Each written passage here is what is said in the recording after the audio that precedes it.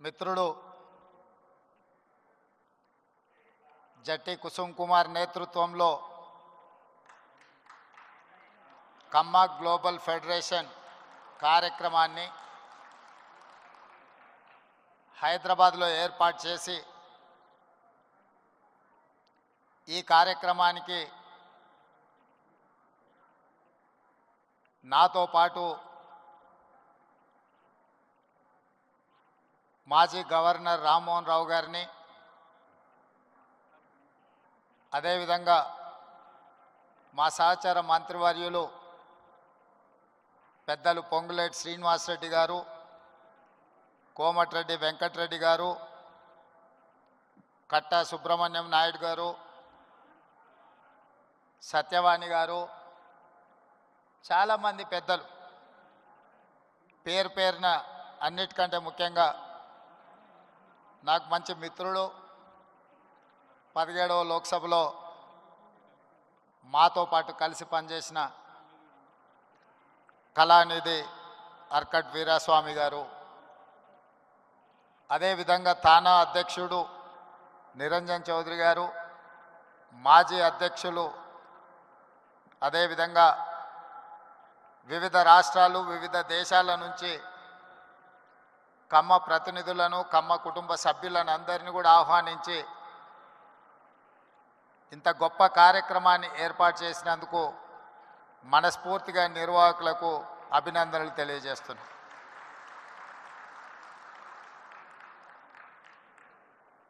వాస్తవంగా ఈ కార్యక్రమం ఆలోచన 2 సంవత్సరాల క్రితమే రూపుదాల్చింది.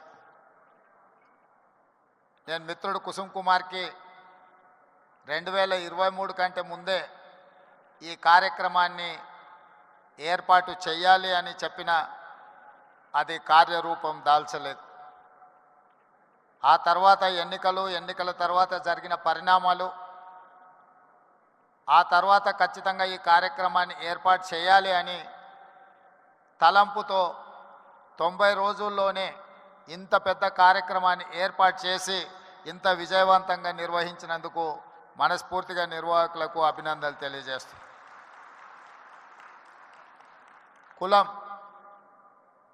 కులం అనేది వృత్తిని బట్టి వచ్చేది. కమ్మ కులానికి కమ్మ అంటే అమ్మ లాంటి వాళ్ళ అనే ఆలోచన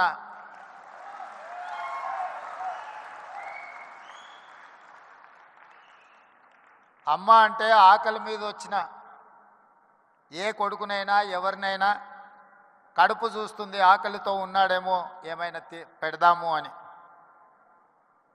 అందుకే కమ్మవారు భూమిని నేలను నమ్ముకొని వ్యవసాయం చేసి మట్టిలో నుంచి బంగారాన్ని తీసే పంటలు పండించి 10 మందికి సాయం చేసే కమ్యూనిటీ కమ్మ కులం.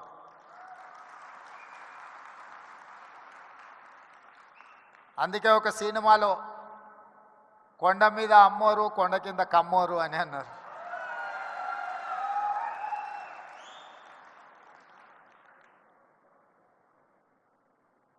నేను మామూలుగా మా మిత్రులతో అంటుంటా, కమ్మాస్ ఎక్కడున్నారో మనం గుర్తుపట్టాలంటే పెద్ద రీసెర్చ్ చేయాల్సిన అవసరం లేదు. సారవంతమైన నేల, సమృద్ధిగా నీళ్ళు ఎక్కడ ఉంటాయో ఎత్తుకుతే అక్కడ తప్పకుండా కమ్మాస్ ఉంటారని చెప్పి, అది ఇవాళ కర్ణాటక అయినా, తమిళనాడు అయినా, తెలంగాణ అయినా, ఆంధ్రప్రదేశ్లో అయినా ఎక్కడ చూసినా సారవంతమైన నేలలుండి మంచి పంటలు పండించగలిగిన, మంచి పంటలు పండుతాయన్న భూమి ఉన్న ప్రతి దగ్గర కమ్మ సోదరులు అక్కడ ఉంటారు. వాళ్ళ ఆలోచన ఎప్పుడు కష్టపడాలి, పంటలు పండించాలి, 10 మందికి ఉపయోగపడాలి, 10 మందిని ఆదుకునే ఆలోచన చెయ్యాలి అనేదే ఆ సామాజిక వర్గ నేపథ్యం. అదేవిధంగా నాకున్న సంబంధాలు కానీ లేకపోతే నాకున్న సన్నిహిత సంబంధాల గురించి నేను పెద్దగా చెప్పాల్సిన అవసరం లేదు. ఎందుకంటే నేను ఎక్కడున్నా నన్ను ఎట్లా అభిమానిస్తారో మిత్రుడు ఎరపతినేని శ్రీనివాసరావు గారు ఈ వేదిక మీద నుంచి మాట్లాడిన దాన్ని బట్టి నేను ఎక్కడున్నా ఏ వేదిక మీద ఉన్నా కమ్మ సామాజిక వర్గం నన్ను ఎంత అభిమానంతో చూసుకుంటుందో ఎరపతినేని శ్రీనివాసరావు గారి మాటలు వింటే మిగతా అందరికీ అర్థమవుతుంది. అదేవిధంగా సత్యవాణి గారు ఒక మాట అన్నారు. వారు మాట్లాడుతుంటే అనర్గళంగా ఏ పేపర్ చూడకుండా వారి ఉపన్యాసం వినాలి అని అనిపిస్తుంది అని. అది ఎక్కడి నుంచో కాదు, ఎన్టీఆర్ లైబ్రరీలో నేర్చుకున్న చదివే ఈరోజు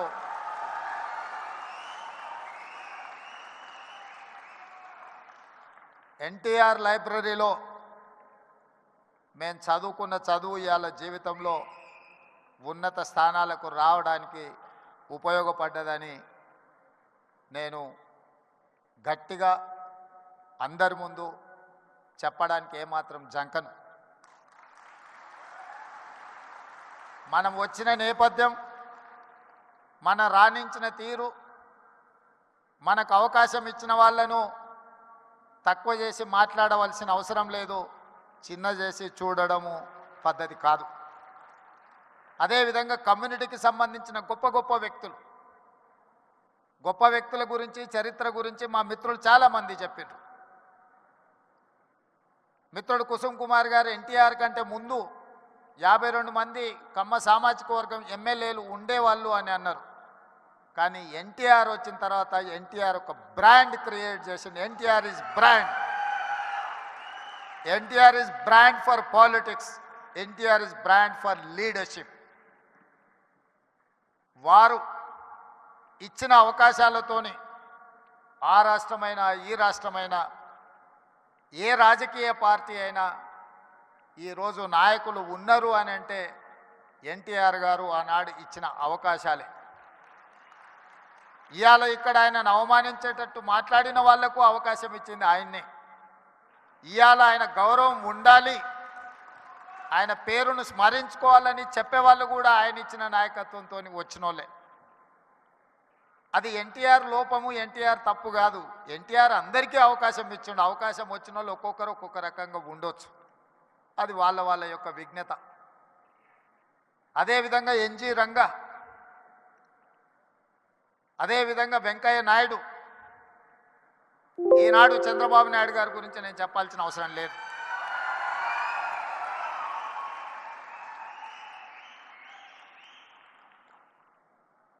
ఈ దేశంలో కాంగ్రెస్ పార్టీకి ఎదురే లేదు. బలమైన నాయకురాలుగా శ్రీమతి ఇందిరాగాంధీ గారిని ఎదుర్కొనే వాళ్ళే లేరు. అంత బలమైన నాయకత్వాన్ని అందిస్తున్నప్పుడు ఎన్టీ రామారావు గారు ప్రవేశపెట్టిన సంకీర్ణ రాజకీయాలే ఇవాళ దేశాన్ని ఏలుతున్న వాళ్లకు అవకాశాలు ఇచ్చినాయన్న సంగతి మరవకూడదు. రామ్మోహన్ రావు గారికి గుర్తుండి ఉండాలి, ఆనాడు తెలుగుదేశం భారతీయ జనతా పార్టీ పొత్తులో భాగంగా దేశంలో 2 సీట్లు బీజేపీ గెలిస్తే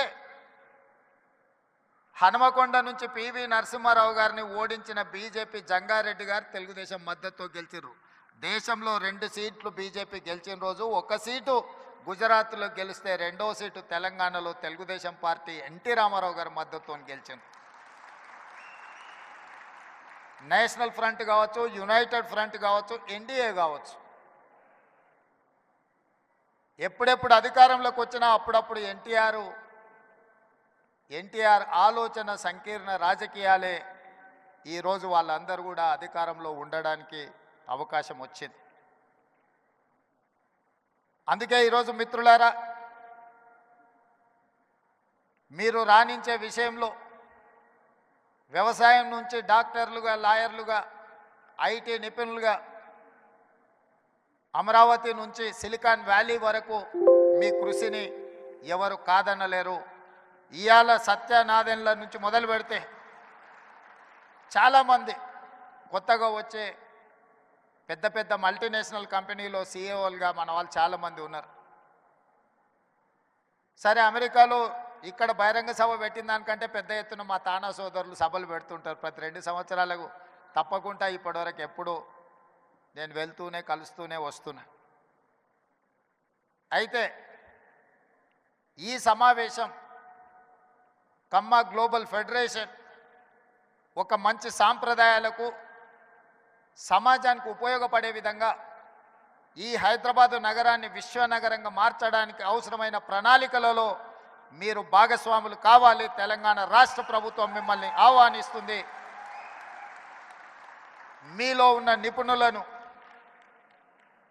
మీలో ఉన్న నైపుణ్యాన్ని అన్ని రకాలుగా ప్రోత్సహించడానికి తెలంగాణ రాష్ట్ర ప్రభుత్వం సంసిద్ధంగా ఉంది. ఎలాంటి భేషజాలు అక్కర్లేదు. హైదరాబాదు నగరం ప్రపంచంతో పోటీ పడాలంటే ప్రపంచంలో రాణించిన కమ్మ సోదరులకు ఇక్కడ అన్ని రకాల అవకాశాలు కల్పించడానికి మా ప్రభుత్వం సిద్ధంగా ఉన్నది అని చెప్పి నేను ఈ వేదిక మీద నుంచి విజ్ఞప్తి చేస్తున్నా. మాకు భేషజాలు లేవు. కులం, మా కులాన్ని మేము అభిమానించుకుంటాం. మేము ఇతర కులాలను గౌరవిస్తాం. ఎక్కడా ఆ విషయంలో పొరపాటు జరగదు. మా కులం పట్ల మాకు అభిమానం ఉండొచ్చు, కానీ ఇతర కులాల పట్ల అపారమైన గౌరవం ఉన్నది. ఈ విజ్ఞతను ఎప్పుడూ తెలంగాణ రాష్ట్ర ప్రభుత్వం పాటిస్తుంది. మా మిత్రుడు శ్రీనివాసరెడ్డి గారైనా, మా సోదరుడు కోమటిరెడ్డి వెంకటరెడ్డి గారైనా మేము ఈ సూత్రాన్ని ఎప్పుడు అమలు చేస్తూనే ఉంటాం. తెలంగాణ రాష్ట్రంలో వివక్ష ఉండదు. తెలంగాణ రాష్ట్రంలో మీ కష్టానికి గుర్తింపు ఉంటుంది, మీకు అవకాశాలు ఉంటాయి. అదేవిధంగా ఈరోజు ఈ నగరం రాణించాలి అని అంటే పెట్టుబడులు రావాలి, పరిశ్రమలు పెరగాలి, దానికి అవసరమైన అనుమతులు ఇవ్వాలి. ప్రపంచంలో నిరసన తెలపడం అనేది ప్రాథమిక హక్కు. పన్నులు కడుతున్న ప్రాంతంలో ఎవరైనా తమకు నచ్చనప్పుడు, తమకు నచ్చని కార్యక్రమాలు ప్రపంచంలో జరుగుతున్నప్పుడు నిరసన తెలపడం అనేది, నిరసన తెలపడానికి అవకాశం ఇవ్వడం అనేది ప్రభుత్వాల బాధ్యత. నాడు తెలంగాణ ఉద్యమం జరుగుతున్నప్పుడు తెలంగాణ పిల్లలు అమెరికాలో వైట్ హౌస్ ముందర కూడా నిరసన తెలిపిన, అమెరికాలో కూడా తెలంగాణ ఉద్యమం చేయడానికి అమెరికన్ ప్రభుత్వమే అనుమతి ఇచ్చినప్పుడు తెలంగాణ రాష్ట్రంలో కొంతమంది తమ నిరసన తెలపాలనుకున్నప్పుడు ప్రభుత్వాలు నిర్బంధించాలన్న ఆలోచన వాళ్ళ పతనానికి దారి తీసింది తప్ప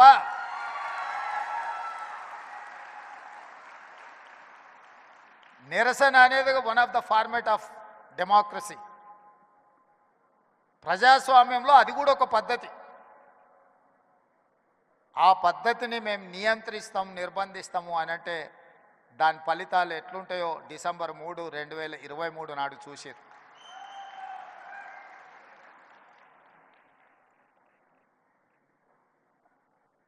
వెంకయ్య నాయుడు గారు రాష్ట్రపతి అవుతారని, అవ్వాలని మేమందరం ఆకాంక్షించిన పార్టీలు వేరైనా కూడా మన తెలుగువాడు ఢిల్లీలో మనకు ఒక గుర్తింపు, గౌరవాన్ని తెచ్చినవాడు. జైపాల్ రెడ్డి గారు, వెంకయ్య నాయుడు గారు జంట కౌలు లాంటోళ్ళు. వసంత నాగేశ్వరరావు గారు ఉన్నారు, వారికి జైపాల్ రెడ్డి గారి కుటుంబంతో ఉన్న సంబంధాలు, అనుబంధం నేను ప్రత్యేకంగా చెప్పాల్సిన పని లేదు. ఇప్పుడు ఢిల్లీలో నాయకత్వ లోపం కనిపిస్తున్నది.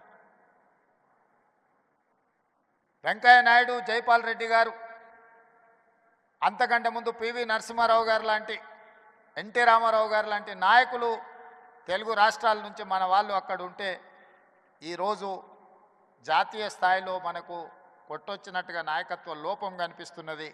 మనందరం ఆలోచన చేయాల్సిన సందర్భం వచ్చింది. కులానికి, ప్రాంతానికి అతీతంగా మన తెలుగువారి యొక్క నాయకత్వం, తెలుగువారి యొక్క అభివృద్ధి కోసం పనిచేసే బలమైన నాయకత్వాన్ని ఢిల్లీలో మళ్ళీ రాణించాలి. అలా రాణించే నాయకులు ఎవరున్నా ప్రోత్సహించాలన్న ఆలోచన ఈ వేదిక మీద నుంచి మనందరం కూడా నిర్ణయం తీసుకోవాల్సిన అవసరం ఉన్నది. మా ప్రభుత్వం వైపు నుంచి ఎలాంటి సహకారం కావాలన్నా, ఇలాంటి కార్యక్రమాలకు కానీ భవిష్యత్తులో మీరు తీసుకోబోయే నిర్ణయాలకు సంపూర్ణమైన మద్దతు ప్రకటిస్తూనే, కమ్మ సంఘానికి 5 ఎకరాల భూమి ఇచ్చినట్టే ఇచ్చారు, దానికి లిటిగేషన్స్ 100 పెట్టినట్టే పెట్టినట్టు నా దృష్టిలో ఉంది. మా మిత్రుడు గాంధీ గారికి నేను సూచన చేస్తున్నా, ఆ 5 ఎకరాలకు సంబంధించి మా ప్రభుత్వం అన్ని సమస్యల్ని పరిష్కరించి ఒక అద్భుతమైన కమ్మ సంఘాన్ని కట్టుకోవడానికి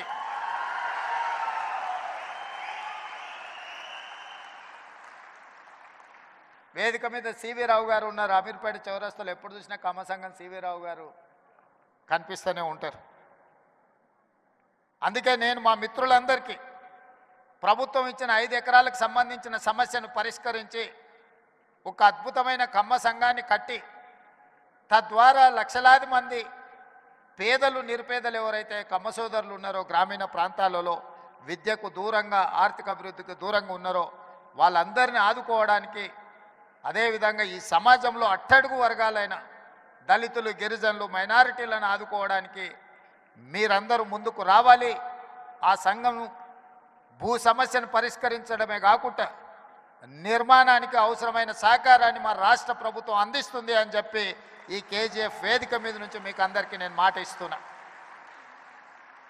దీనికి సంబంధించిన భవిష్యత్ కార్యాచరణ కుసుమ్ కుమార్ గారు, గోపి మన గాంధీ గారు వీళ్ళందరూ కలిసి ముందుకు వస్తే ఈ సమస్యల్ని రాష్ట్ర ప్రభుత్వం భూమికి సంబంధించిందంటే రెవెన్యూ మంత్రి గారిని కూడా అందుకే ఎంబడే తెచ్చిన వారే పరిష్కరిస్తారు. రెవెన్యూ మంత్రి గారు ఇతర సమస్యలు ఏమన్నా ఉంటే మున్సిపల్ అనుమతులకు సంబంధించింది ఉంటే ఆ శాఖ నా దగ్గరనే ఉంది.